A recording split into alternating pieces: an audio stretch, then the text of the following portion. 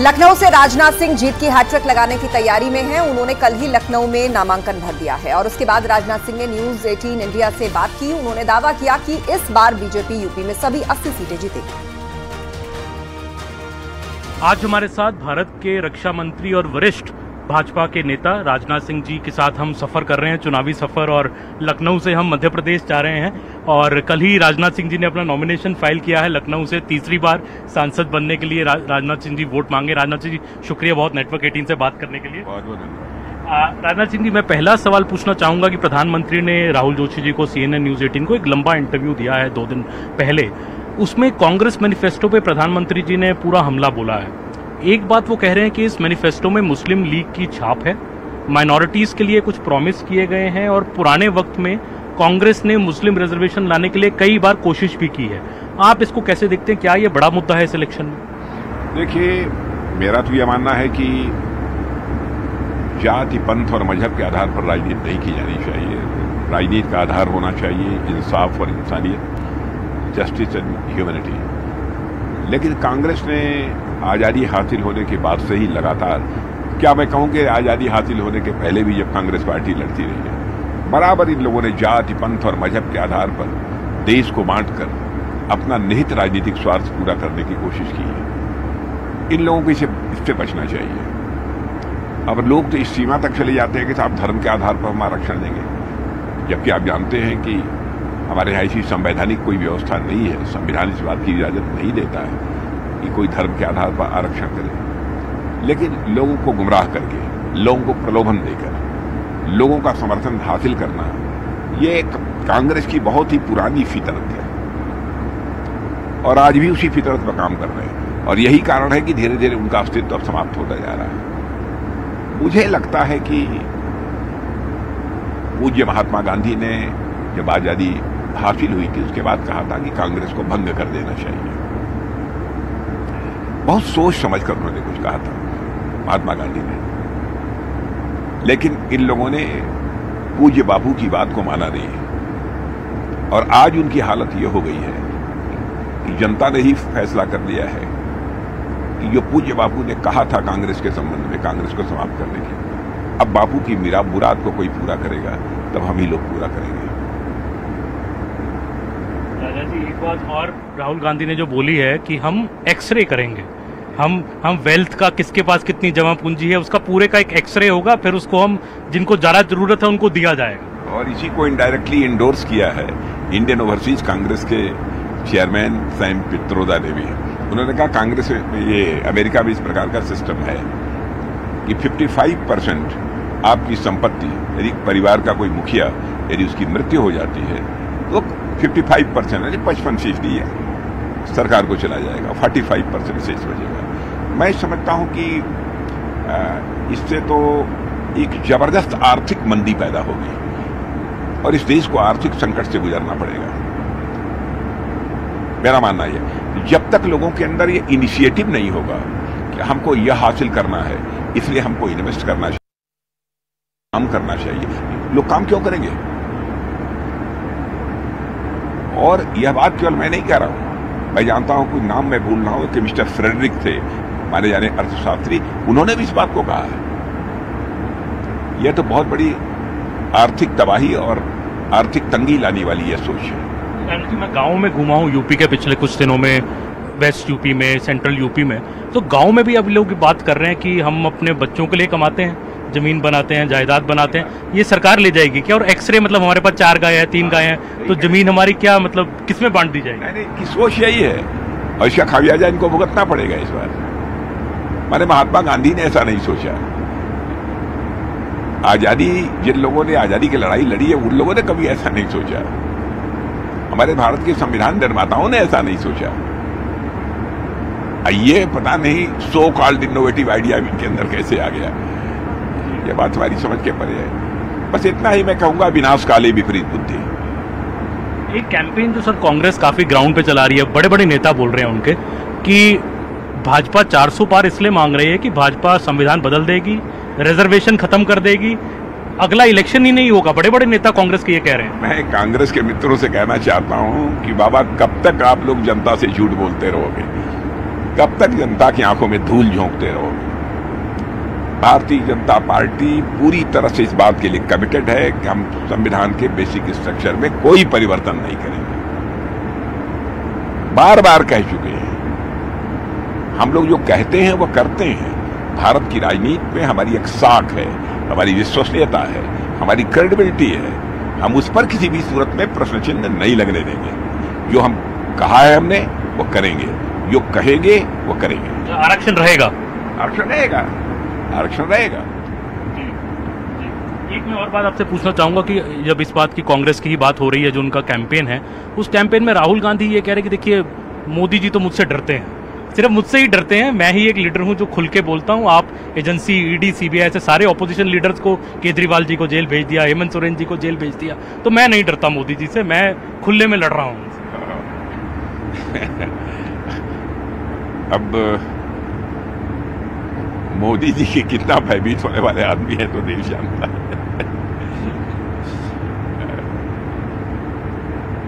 मैं क्या बताऊं उनके बारे में, एक शब्द है लेकिन इस शब्द का प्रयोग मैं उनके बारे में करना नहीं चाहता। और उससे थोड़ा सा एक बहुत ही रिफाइंड वर्ड है आत्मश्लाघा, या जिसको कहना कि अपने बारे में एक भ्रम, ये सब बना के लोग रखा है उन्होंने। और इसी कारण है कि कांग्रेस की दुर्गति होती जा रही है। उसके बावजूद मुझे समझ में नहीं आ रहा क्या कहें। मनमोहन सिंह जी का भी स्टेटमेंट है 2006 और 2009 का है, आपने भी मेंशन किया, मोदी जी ने भी मेंशन किया है कि ये भी एक हिस्ट्री है कांग्रेस की, ये चाह रहे हैं कि मुस्लिम्स को पहला राइट मिले रिसोर्सेज पे। आपको लगता है ऐसी सोच रही है कांग्रेस में और अभी भी है? नहीं, सबको समान अधिकार मिलना चाहिए था, हमारी सीधी सोच है। और धर्म के आधार पर आरक्षण की व्यवस्था हमारे भारत के संविधान में नहीं है। कैसे करेंगे हम? आप ये कह रहे हो संविधान में नहीं बदलना है, संविधान नहीं बदलना चाहिए, और आप दूसरी तरफ मुस्लिम समाज के लोगों को गुमराह कर रहे हो। धर्म के आधार पर हम आपको आरक्षण देंगे, धर्म के आधार पर हम आपको प्रायोरिटीज देंगे। कैसे संभव है? कैसे करोगे? आपका नारा रहा है जिस अब की बार 400 पार, भाजपा का नारा है, पर कांग्रेस अब कह रही है नारा अब बीच भी नहीं बोल रही है कई दिनों से, क्योंकि वोटर टर्नआउट कम हो गया पहले 2 फेज में, तो बीजेपी घबरा गई। घबराए तो वो लोग हैं। अब देखिए रायबरेली बेटी से क्या होता है, भी कुछ नहीं कह नहीं सकता, लेकिन मुझे लगता है शायद वो लोग हिम्मत न कर पाए। मुझे लगता है हिम्मत न कर पाए। घबराया कौन है कुछ साफ हो जाएगा कुछ समय के बाद। पर सर वोटर टर्नआउट तो कम हुआ है, क्या ऐसा तो नहीं है कि कोई वोटर टर्नआउट कम हुआ है? सच्चाई है कि कांग्रेस से जिन लोगों की अपेक्षा थी, अब लोगों ने मान लिया है कि कांग्रेस अब अस्तित्व अपना खो चुकी है, या अस्तित्व समाप्त होने के कगार पर है कांग्रेस का। उनके वोटर सब कम निकले हैं इस बार वोट देने के लिए, और हमारे मतदाताओं में उत्साह है, उमंग है।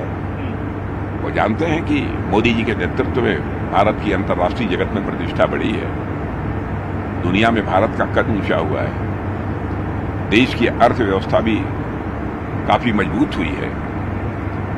सबसे तेजी बहुत सारे बड़े देशों में सबसे तेजी से आगे बढ़ने वाली अर्थव्यवस्था भी कहीं की है तो भारत की है। और इंटरनेशनल मॉनेटरी फंड ने भी भारत की अर्थव्यवस्था की सराहना की है। जिस तेजी से प्रगति हमारी हो रही है आर्थिक क्षेत्र में, भूरी भूरी उसकी प्रशंसा की है।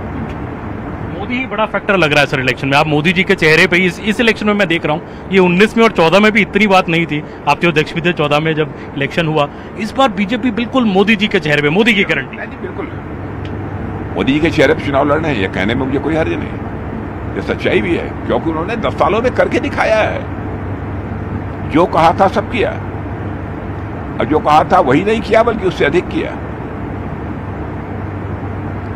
तो स्वाभाविक है कि उन्होंने एक अपनी विश्वसनीयता कायम की है। उनके कार्यकाल का एक शानदार ट्रैक रिकॉर्ड है, तो हम उसकी चर्चा करेंगे। उस आधार पर हम लोगों से वोट देने की अपील भी करेंगे। मैं आखिरी सवाल कुछ यूपी पे पूछना चाहूंगा, क्योंकि आप यूपी से मुख्यमंत्री भी रहे हैं पहले, और लखनऊ से आप 2 बार सांसद भी हैं। सर यूपी में क्या रहेगा? यूपी में आपने 73 सीटें जीती 14 में, 19 में अलायंस हुआ दूसरी तरफ, तो 64 पे आए, फिर 66 पे चले गए, 2 बाईपोल जीत के। इस बार यूपी में क्या आप देख रहे हैं, क्या माहौल है और क्या सीटों की आपकी प्रेडिक्शन रही? लक्ष्य तो 80 में 80 सीटें जीतने का है उत्तर प्रदेश। कोशिश हमारी यही है। हो सकता है एक सीट कहीं किसी 1-2 सीट कभी गड़बड़ हो सकती है, पहले से बेहतर परिणाम होगा, इतना मैं कह सकता हूँ। 73 का रिकॉर्ड बीजेपी तोड़ेगी इस बार? पक्का वो रिकॉर्ड टूटेगा, मैं आश्वस्त हूँ। एक परसेप्शन सर ये है कि क्योंकि राम टेम्पल भी, इसी राम मंदिर का मुद्दा भी आपने इस इलेक्शन में बीजेपी ने रखा, ये कहा कि देखिए हमने कहा तो हमने राम मंदिर बनाया। राम मंदिर ना अखिलेश यादव गए, ना राहुल गांधी गए, प्रियंका गांधी गए, गांधी परिवार से कोई नहीं गया। आपको लगता है लोगों में इस बात का भी रोष है कि जब बुलाया गया प्राण प्रतिष्ठान पे तो ना अखिलेश गए ना? बिल्कुल इसकी चर्चा है, लोगों को नाराजगी भी है, और साथ ही साथ इन लोगों की बुद्धि पर जनता को तरस भी आ रहा है। क्या हो गया इन लोगों को? बुद्धि मारी गई है, जिसे कहते हैं गांव देहात में भाषा होती है कि इनकी मति मारी गई है, इनका दिमाग काम नहीं कर रहा है। दे आर मेंटली पैरालाइज्ड, इसका मतलब ये होता है मति मारी गई, वो स्थिति हो गई है।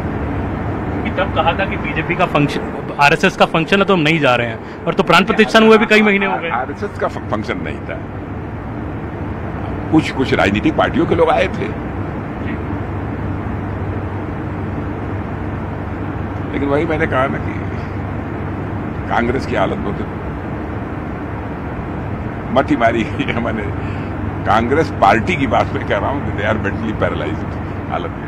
एक सर जो प्रधानमंत्री ने कहा बिहार और महाराष्ट्र के बारे में एक सवाल मैं और पूछूंगा, क्योंकि बिहार में उन्होंने कहा हम 40 में 40 सीट इस बार जीतेंगे, महाराष्ट्र में भी अच्छा रहेगा, बट कुछ ये परसेप्शन है कि बीजेपी महाराष्ट्र और बिहार में खुद तो स्ट्रांग है, पर आपकी एलाई जो है वो शायद इतने स्ट्रांग नहीं है, चाहे नीतीश कुमार हो, चाहे एकनाथ शिंदे हो, या अजीत पवार जी हो। ऐसी कोई चिंता बीजेपी में? देखिए, इस बार ये सब सारा नहीं देख रहे हैं लोग, ये देख रहे हैं कि मोदी जी को पुनः तीसरी बार भारत का प्रधानमंत्री बनाना है और पहले से ज्यादा ताकतवर बनाना है। इस सोच के आधार पर मतदान हो रहा है। इसलिए यदि कहीं पर किसी हमारे एलाइज की थोड़ी बहुत ड्रॉबैक्स भी होंगी, उनको लेकर थोड़ी बहुत किसी मुद्दे को लेकर नाराजगी भी होगी, लोग उसको दरकिनार करेंगे और मोदी जी को तीसरी बार भारत का प्रधानमंत्री बनाना है, इस सोच के आधार पर लोग मतदान करेंगे, ऐसा मेरा विश्वास है। आखिरी सवाल सर, लखनऊ से, क्योंकि आप सांसद, मैं लखनऊ को एक सवाल पूछना चाहूँगा। 1991 से अटल बिहारी वाजपेयी जी ने सीट जीती इतनी बार, फिर आप 2 बार सांसद लालजी टंडन जी रहे, तो कल मैं लखनऊ में घूमा तो कई मुस्लिम वोटर्स ने भी मुझे कहा कि हम राजनाथ सिंह जी को वोट डालते हैं, क्योंकि वो कभी कोई विवादित बयान नहीं देते और हमें अपने लगते हैं। तो आपको लगता है ये बात सच है कि मुस्लिम वोटर आपको लखनऊ में वोट डालता है? देते हैं, काफी लोग देते हैं, और मुझे लगता है कि इस बार हो सकता है कि वो परसेंटेज कुछ बढ़े। अच्छा, लखनऊ की जीत को लेकर तो कोई कल आपने देखा होगा जो हमारा नामांकन का जो प्रोसेसन था, उसमें स्थान पर बड़ी संख्या में विभिन्न धर्मों के मानने वाले लोग, और क्रिश्चियन कम्युनिटी के लोग भी थे। मैंने कोई पहले से मैनेज नहीं था, स्वयं लोगों ने अपनी अपनी व्यवस्था की। और देखा होगा ना आपने, एक तो लग जाता है कुछ बनावटी चेहरे देखने, फेशियल एक्सप्रेशन उनका जो बतला रहा होगा, आपने स्वयं ही रीड किया होगा, है भाव है लोगों के मन में। ये है रक्षा मंत्री राजनाथ सिंह जी, बहुत ही स्ट्रॉन्ग अटैक उनका राहुल गांधी पे, और इस बात पे कि ये जो बात पूरी बीजेपी कांग्रेस ये फैला रही है कि रिजर्वेशन खत्म कर देंगे या संविधान बदल देंगे, इसमें कोई सच्चाई नहीं है। बीजेपी इस इलेक्शन को मोदी जी के डेवलपमेंट के मॉडल के ऊपर लड़ रही है, और उसी मॉडल से सुनिश्चित है कि 400 पार का आंकड़ा एनडीए इस इलेक्शन में पार करेगा। अमन शर्मा, अर्जुन सिंह के साथ, नेटवर्क 18 के लिए।